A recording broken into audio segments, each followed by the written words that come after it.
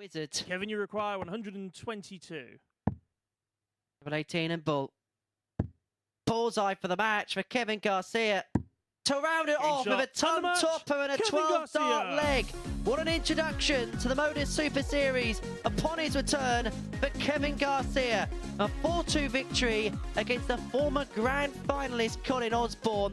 That 1-2-2 seed in the match. Osborne dominated the scoring exchanges early on, but he missed opportunities. Garcia took full advantage of that, and towards the end was the better player. A 4-2 win for Kevin Garcia then against Colin Osborne to kickstart our day. But upon our return, we're going to see the return of One the Bomb Mullen. He takes on Mr. P, Daryl Pilgrim. Tangible break chance. Bullseye. 1-0 Pilgrim. He finds the break and throw. And the middle of the diddle solves the riddle. 4 from 40 of the match leaves him on 98 after 9. He could round this off with legs of 13 followed by an 11. And Mullen could do nothing by way of response. He leaves a finish on the back of a max, but he's got to hope that Pilgrim does not convert the 98. He's not going to convert it, but he's going to have to take out the 137. Ron, you require 137.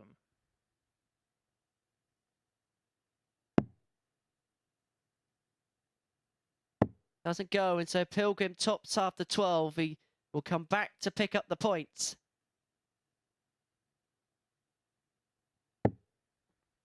$40. Daryl, you require 40.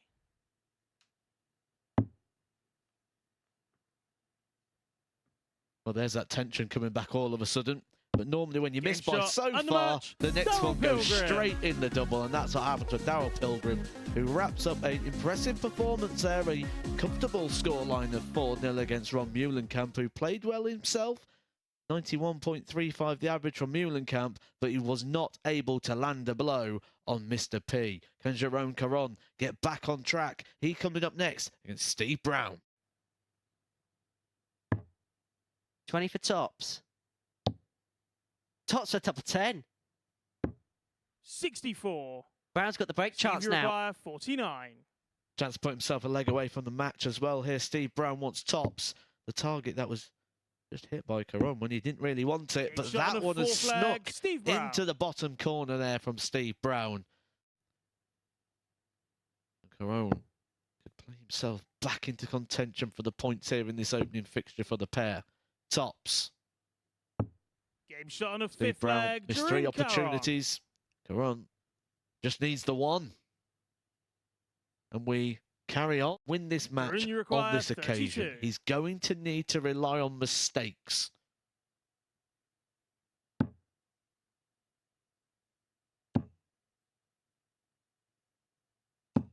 Game shot. But Jun Kon comes back from 3-1 down to get the better of Steve Brown in a last leg decider. He gets it done on double 16 with Brown poised on tops in that deciding leg. Average of 81.5, 4 from 14 when it came to the doubling. Kon is on the board. He picks up victory in his first match of the day. That marks the end of the first round. And coming up after the break, Colin Osborne and Ron Mullen both in action, both looking to get their first wins on the board.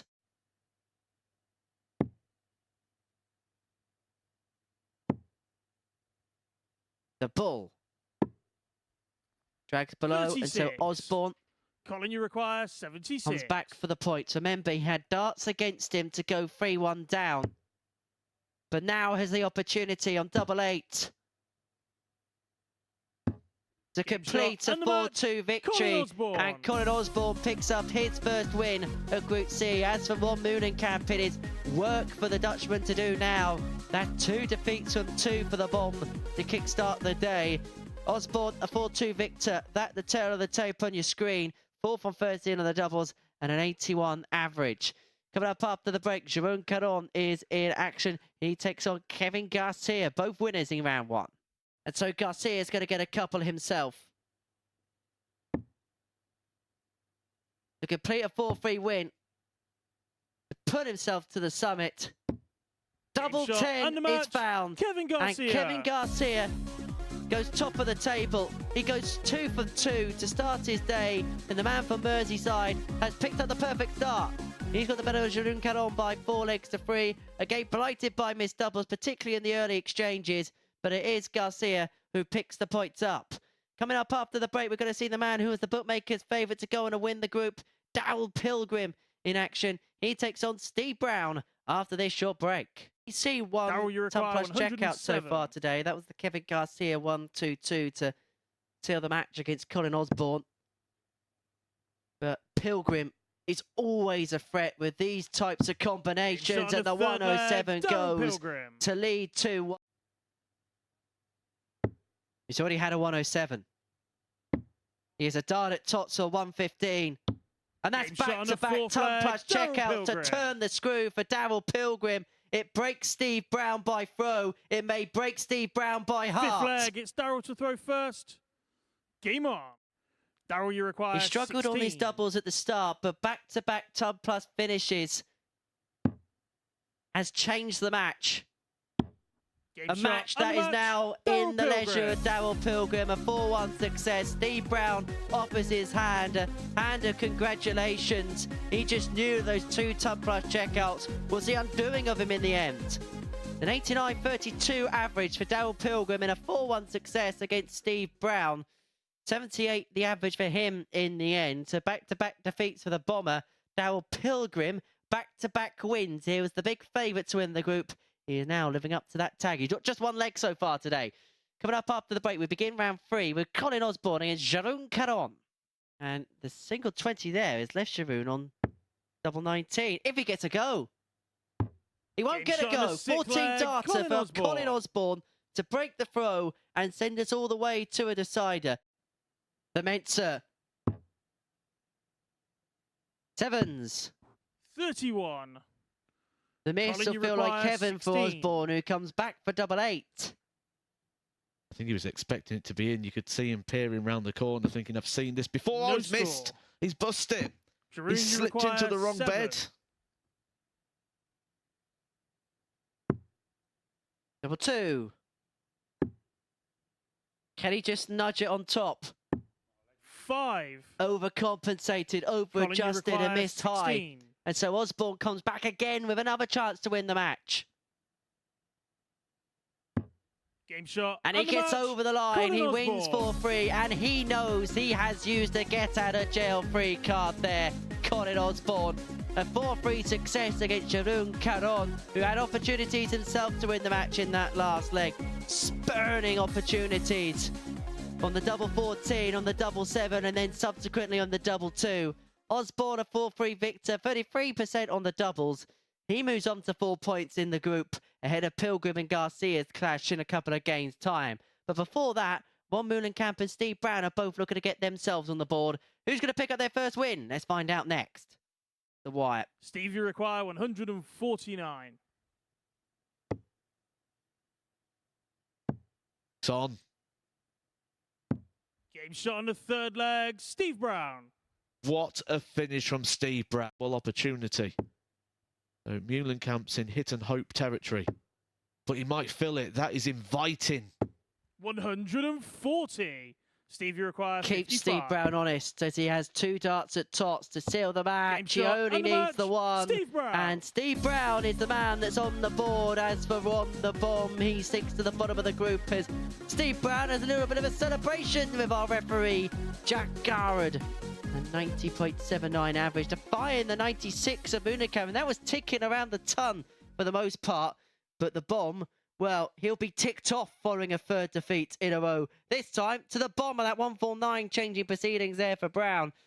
Coming up after the break, the 2 perfect players so far in the group. Somebody's O's going to have to go when we see Garcia play Pilgrim. He's already had a 107. He's always had a 115 today. Is he going to finish this game off of a 142? He very much could do. If he can find Tots, what a superb finish. The Eagle is flying on Thursday. Daryl Pilgrim with a 4-1 success against Kevin Garcia. He has won 3 matches now with a concession of just 2 legs. And there's reason to smile for Daryl Pilgrim, the bookmaker's favourite to get through the group. A 96.12 average, 4 out of 8 on the doubles, finishing off with a 1-4-2 finish as well. He gets the better of a spirited Kevin Garcia, who made it a real game for the first 3 legs or so by 4 legs to 1. Coming up after the break, it is a lowlands battle as the Belgian Jun Kon takes on the Dutchman, Mullen. Mullen just keeps finding these 2 triple turns, isn't he, Jun? 140. Turn of 140 or more in this match. His average is 96.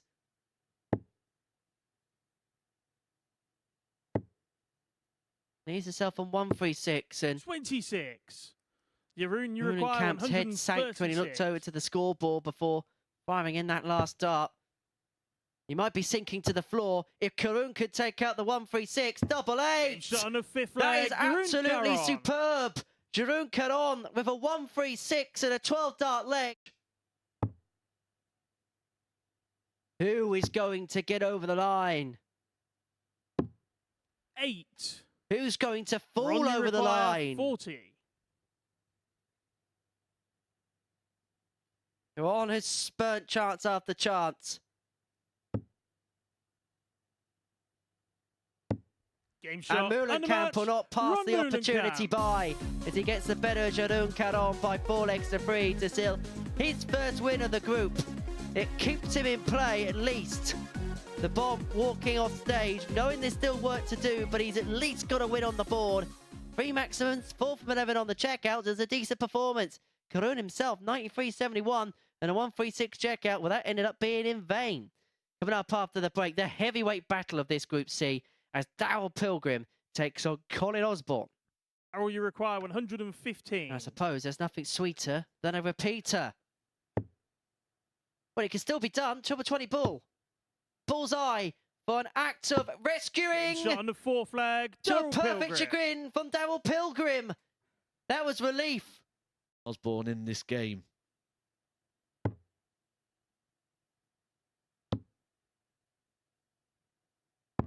Game Double shot 18 and for the match for Daryl Pilgrim. And that is 4 wins from 4 for Mr. P, who's been Mr. Perfect so far. He gets the better of Colin Osborne, who averaged 101, had 4 maxes in the match. But it's that column, 4th down, the checkouts. Pilgrim 4 from 8. Osborne 1 from 13. Changed the game in the favour of the Flying Eagle, who is flying at the top of the table. A 4-1 win for him. He's seemingly unstoppable so far today. We're going to take a short break. When we come back, we're going to watch Steve Brown against Kevin Garcia. Steve, you require Doesn't 40. go, and so Steve Brown wants tops.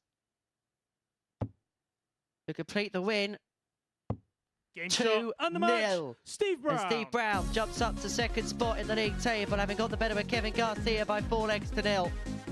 It wasn't a vintage performance, but it didn't need to be for the Bomber. He's got over the line, he puts himself inside the top 2, and that's all he wants to be at when it comes to the end of play tomorrow. So, we have completed 4 of the 5 rounds in play here in Group C on this Thursday afternoon. Coming up after the break, Daryl Pilgrim looking to complete the card on the first day of the group. He takes on Jun Kon next. And Kon has turned the screw again.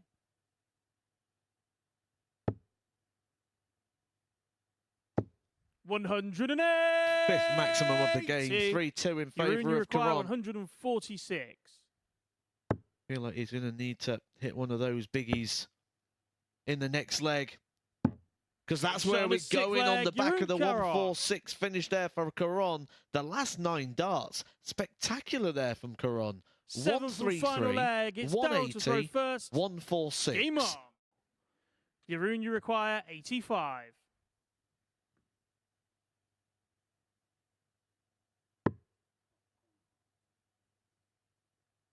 Well, that leaves 78. That's going to mean a treble or a double required for Kon. He finds it. Game shot. And executes it. And Jun Kon gets over the line. In the end, an 85 checkout, taken out in the most unconventional of ways. And he is the only player to stop Daryl Pilgrim on day 1 of Group C. A 4-3 victory for the Belgian, defying the 96 of Daryl Pilgrim, who went off with back-to-back 13 dart legs. 93.42 average shot cut on, 4 for the 7 on the doubles, and that 1.46 checkout as well. So, Pilgrim stays on 8, but he is going to be top of the pile no matter what tonight. Next up, Garcia takes on Mullen. Gives it a thumbs up. I don't think he's giving it a thumbs up because he's too delighted with the shot. It certainly worked. The Gildings. This would be some way to level it up. It's top to Garcia. For 106 to level up at 2-2. Run you require 24. We go on. 2 12s. For the match for Ron Mullenkamp. And it means that at the end of proceedings, we are going to see Ron Mullenkamp on 4 points, as is the rest of the field apart from Daryl Pilgrim right now. Although that is going to change when we find our last game of the day. Colin Osborne up against Steve Brown after this short break. Colin, you require 112. Bit of a slip there from Steve Brown when he was just looking at putting himself in pole position to break the throw of Colin Osborne. He may not get another opportunity. It's top for Osborne, and it's a topless finish. His first one of this group, the first one of the day. Steve, you require 127. 127. And game. And game! Shot on the sick flag, Steve Brown. And the sick flag to Steve Brown. We go all the way. 24. He's been made to work for it in the end as the wizard. But he's gone over the line. Colin Osborne. A 4-3 victory for Colin Osborne to round off the Group C action. He beats Steve Brown in a last leg decider by 4-3. And it means it's going to be he who is the big challenger to Daryl Pilgrim. He moves on to 6 points. A 4-3 win. Osborne beats Brown. Pilgrim topping the pile. He's on 8 points. It's enough to make you speechless. I'm off for a coffee. We'll be back at 10, but before we do that, let's hear from Matthew Edgar, his thoughts on the session with Chris Murphy. Yeah, let's indeed, Matthew. What are your thoughts on that session? Because it looked like Daryl Pilgrim was going to dominate. He did dominate, but he didn't get through the card. I don't think a single one of these players are going to leave here today and go, oh, what a day that was. They're all going to feel like they had opportunities to leave here very clear. I mean, Daryl Pilgrim, yeah, looked like he was going to go through the card, got to the last fixture, 13 darts, 26 darts, he's 2-0 up. It looked like he was cruising, looked like he was going to be a 4-0. He got hit back and didn't have the response. He pulled the dart low at the very end and maybe a little sign of tightness. He's won 4 out of 5 in the end. It looks like he'll probably go through as the bookies expected. But looking at the rest of the results, what is really significant for you going out tomorrow? Maybe one of those last 4-3 wins for all of the other runners. I think the fact that the table's going to bunch up, I think, is the real big thing here that stands out for me in terms of the results. Because every time we looked like we was going to start getting a bit of a gap, someone else would come in and completely turn the table around. We had a fixture earlier where we went from 5th up to 2nd in the table. I think we're going to see that a lot tomorrow, flip-flopping the results. Very similar to what we had in Group A, where Colin Osborne was either in Group C or he won the group. I think we're going to get that same sort of scenario tomorrow, and I'm really looking forward to seeing how it all pans out. Aside from that, has Daryl Pilgrim once again today shown his credentials to go on and be a champion once again here at the Super Series? Absolutely, but one thing I'm still noticing with Daryl is he hasn't quite found that fear factor, that aura about him yet, because he's come up here today and been by far statistically the best player, but he's still got pipped to the post. Now, we've seen players come on this stage before and play worse than Daryl Pilgrim has, like Robert Thornton has over the last sort of couple of days in Group A, but just carry that bit of stage presence and that aura about them, which Pilgrim just seems to be lacking, where people are a bit scared against him. They're fearful when they get that chance. At the moment, they get a chance and they take it. Yeah, and Jun Kon did that. Didn't show any fear when he took out this stunning 1-4-6 checkout. He was 3-2 down at the time. OK, Pilgrim not on a finish. But that's the kind of checkout that shows, you know what, mate, I can beat you. Absolutely. And there were so many positive signs in there for Jun Kon in that fixture, that really is going to be good going into tomorrow. I like his throw, I like his action when he's relaxed and he's able to get that extension. We do see some tension in the shoulders at times. It's like he's pulling himself back, not releasing and letting it go. But when he does do that, there's a player in there. Certainly is. It's going to be a close run thing tomorrow. Here is the table, and as we can see, just 2 points separating 5 players. Pilgrim, not quite there yet. Had he won all of his games, you'd probably think he would be. But who do you think is the most likely to go through with Daryl Pilgrim if that is to be the case? Do you know what? I said it at the start of today, and I'm going to stick with it. I think the top 2 are the top 2. I think that's how we're probably going to see it finish off. I think it's probably going to be not drama-free. I think there's going to be moments where I'm going to question myself and maybe change my mind a few times. But I think ultimately we'll go back to square one. I think the top 2 stay the same. You think we could get a similar scenario like we got yesterday? I hope so. I do enjoy those sort of scenarios where we've got going down to the last game and there's so much riding on it. I do like the idea of just thinking about what it's like for that player in the practice room when they're watching players on stage, and it could benefit them as well. So I like that sort of 3-way split, and I really hope we get that again tomorrow. I would not be surprised, because that tends to come when the levels are very similar. And tomorrow, it's all going to come down to that little bit of bottle. Right, we're going to turn our attention away from the Super Series for a moment. Earlier today, Luke Littler, the 2-time champion, of course, here, and the finalist at the World Championship, he was awarded a place in the Premier League. Matt, 16 years old, Premier League player, your instant reaction to that? It's the right decision. It's the right decision, and it's the wrong decision in a way. He's got a lot of demands coming his way now, so he's not ever played at the moment in a Pro Tour environment, European Tour environment. Now, I'm not ever debating that Luke Littler in terms of what he can produce on the dartboard as being a concern. It's the travel demands and everything that comes with that. One thing we know, though, from Luke Littler is he loves darts. He'd played darts every single hour of the day. When he comes down here to the Super Series, you get a text message from him on the Sunday. Where can I practice? Luke, you've got 6 days of darts ahead of you. You don't want to be practicing. Gets to the Wednesday. Can I go to the local open now as well? So I'm not worried about it in terms of those demands. It's just the travelling coming on top. But he's going to have absolute perfect team of people around him to manage this for him. Talent-wise, I can't wait to see what he can do in the Premier League. I've seen that he's been installed as the second favourite to win it. And off the back of this last week, it's hard to argue because he's an absolute enigma of a player. And the story as well. We can see the emotion from when he won those 2 series here at the Live Lounge. It's incredible. At that point, he wouldn't be thinking, you wouldn't be thinking, nobody in the world would be thinking that we'd be stood on the stage where he won it just months later and talking about him as a world finalist and a Premier League player. I thought we'd be talking about it. The key part was months later. That's the bit maybe I didn't think so.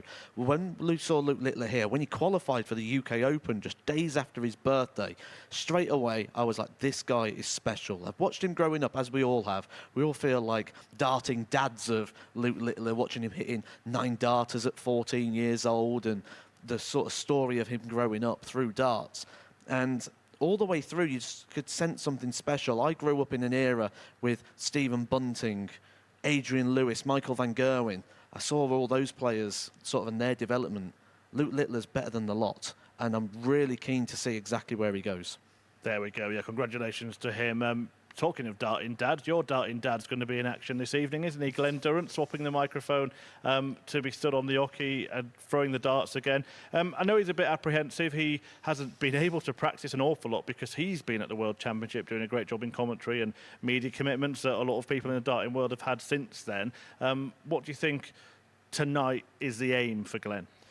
Myself and Glenn, we've got very similar paths in terms of how we've conducted ourselves, either with the tour, coming off the tour, what we've done, and sort of career choices and moves. We're very, very similar. We're very along sort of lines on that. Now, when we look at my own experience here when I played 6 months ago, I came here, I had no clue what to think. Glenn's doing the same. I got here, started practicing, asked, how do you think it's going to go? Not a clue. And then I come up here, 9 darts in, I was like, oh, I'm getting that feeling, I'm getting that vibe, I'm back again, I'm on this, and I ended up winning the group and getting to the semi-finals that week. I think for Glenn Durrant, a lot of this is going to lie, not on the first match, but the first leg. He's got to hit the ground running. If he does, I think he'll forget how busy he's been, he'll forget the lack of preparation, and it'll just feel normal and natural again, because that fire in the belly will start to ignite, and that will take over anything the brain wants to tell you.